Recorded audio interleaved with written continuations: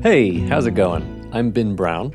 I have done my darndest to make a viable little business powered by Urbit. If you are a savvy creator and know the difference between an Instagram follower and an email, you'll understand the value of Urbit giving you more control and ownership of your online business. For me, I'm selling a guitar course. So in this video, we'll walk through the pipeline of how a student finds me, gets into the waitlist, sends a payment, and gets access to the course, all using as much of Urbit as is practically possible. This will be a great example to kind of pick apart. See what's possible right now. See what you could copy from me. I did have to make some compromises. I wish I didn't. You can stick around to the end to hear about those.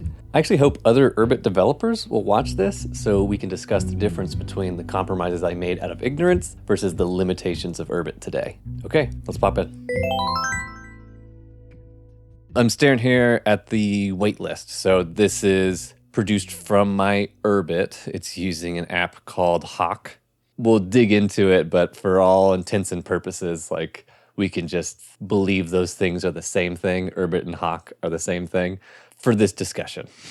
But to get to this waitlist page, I make YouTube videos. It's where I've tried to announce the guitar course and then tell them to click on the link in the description to join the waitlist. And it looks like this. So here you go. I own the domain name homebase.com, and homebase.com/guitar will get you to this email list. But this is where it gets interesting. Right off the bat, I have this URL parameter, this VID, video ID or whatever, is equal to this guy.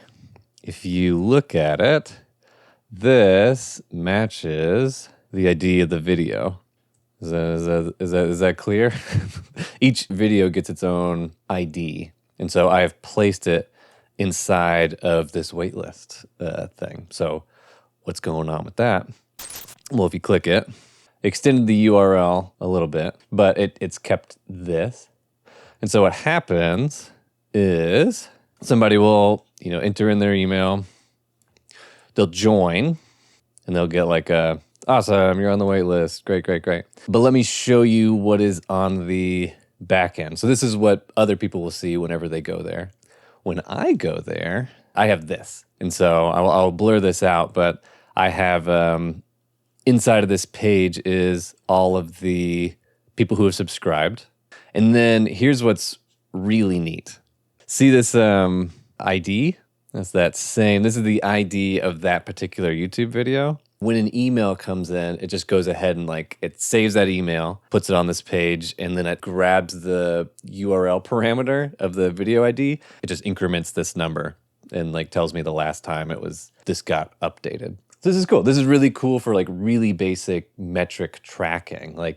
It's so easy to fall into the YouTube expectation where it's oh, the only number that I care about is how many views I get. It's really easy to bend yourself, shape yourself to whatever YouTube wants, whatever that algorithm wants. But what benefits me, my family, and my business is how many people does that video drive people to my course. And so this is me being able to measure which video is serving the purpose that I have for it. So let's take a second here and kind of look at how cool Hawk is. With this one page, I have a public-facing page that other people can come to, and I can collect emails, which is a big deal. And I can do some very minimal tracking and metrics to help understand what's going on. That's doing a lot of work right here. I think you get how valuable that is. What happens next? So after somebody enters in the waitlist, they get greeted with this pop-up. It lets you know you're on the list. But hey, guess what? There's also a chance to join the beta and get into the course before it's open and be a part of shaping how the course works. And I have this form. And so when they click on that, the guitar course nor the beta is for everybody. So I have this form to get information about. It's hey, there's some prerequisites as well as some vibe check that I need to make on you. And so I asked those questions as kind of a screening, and they get sent over to this Google form. And so could I make a form on Hawk? Yeah, I could totally make a form on Talk that like sets these things up. But Google Forms is nice for me because they actually make these like cool little like pie charts. You can send responses over to a spreadsheet, which can be really helpful when they submit it. And this is something to like pay attention to. I let them know, hey, I'm gonna email you. I'll review it and I'll email you. And so whenever somebody does sign up, then I need to go in and like send them a copy of this draft that I have. You know, right now it's small enough that it's like I'm just sending it manually. The thing that I'm sending them is a payment link and a discount code. And so that link takes them to this page where they can pay. Here, I actually have two options. So I'm using Stripe here, and I'm embedding this like little, secure checkout. Or I have like a little crypto option that like also has more compromises. But this is the current pay page. This probably needs to change, but here's what I'm trying. This is how my payment works. When they click on the buy button, it sends them to a Stripe URL. And so they're handling all of the secure checkout, like all these things. People can add the coupon and they can add the card. Okay, that's Stripe. Let's take a look at Stripe itself. I will not do a full-blown Stripe demo or anything, but like I have an account with Stripe that allows me to take credit cards and do this kind of thing. So this is my product, Beyond Beginner Guitar. This is the little embed link. Here we go. I had some, mild choices for being able to customize my little checkout page, right? All that kind of thing. This is what's important. So there's payment to the cards. That's also important, but after payment. So this is the kind of one automation that I have, and that is after payment, I tell it to redirect. So, don't bother showing a confirmation page. Instead, redirect customers to my website. And so I have this URL here, and once the payment is successful, they get greeted with this. So this is another Hawk page. They get a little, thank you for your purchase, to find closure there. A part of this orientation is also kind of reveals one of my other compromises, which is the secret URLs. The way that they come back to this course is by bookmarking, saving this URL. This is how they get in, It's like they just have to know the secret passage to get in, and that's what this is. Bare minimum kind of security there. I'm trying to operate in a high trust environment, and we'll see how it goes.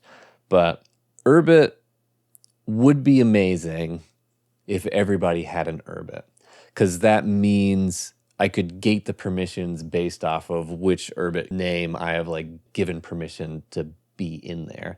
And so when people show up, they could just log in and only those people can get in. I could have implemented a username password. I'm sure that's easy enough and people probably should do that. I didn't want to. There's one thing taking username password, there's another thing having people have to update your password. And it's just oh gosh, it's I just didn't want to do that at all.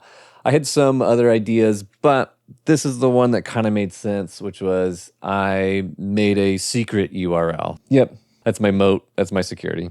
A little bit of a compromise there.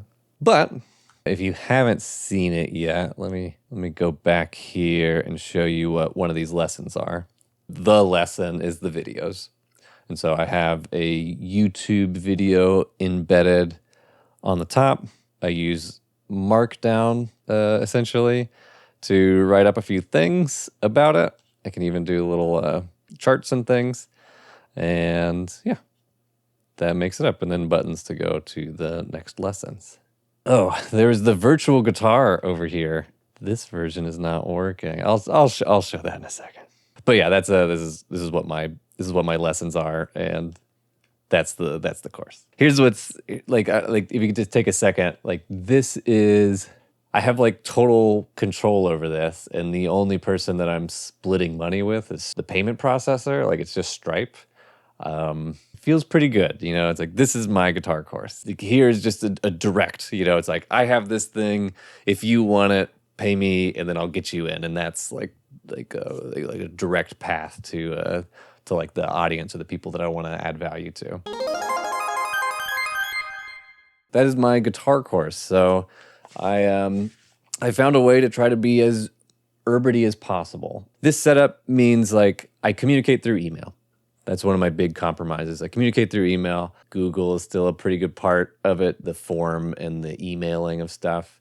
I only like kind of do crypto. I'm still using Stripe, but I have my guitar course, my material on my computer in a place where other people go and get access to it. Could it be better? Yeah. Will it get better? Yeah. It's so flexible for it to become better. Like what matters about what I'm trying to do? I can publish and serve my guitar course with like total control, and I can communicate with people directly, whether it's on Urbit or on emails. I can provide them value. I can serve them value out there with my computer, and then they can like repay that value with payments and like cash. And that is what else? What else do you want? What else do you want? That is how I set up my little guitar business. If you're an Urbit developer and want to talk about or make these things happen, I'd gladly talk with you. If you're a creator and want to understand more, I don't know, ask me, I guess, like, you can comment about it. Yeah, I'm Ben Brown. I'll see you later. Okay, bye. Hey, thanks for taking a look. On the off chance that you're interested in the guitar course, I'll leave a link in the waitlist down below. But hey, if you made it through that, most likely you're interested in a Hawk tutorial. So that's exactly what's next. Enjoy.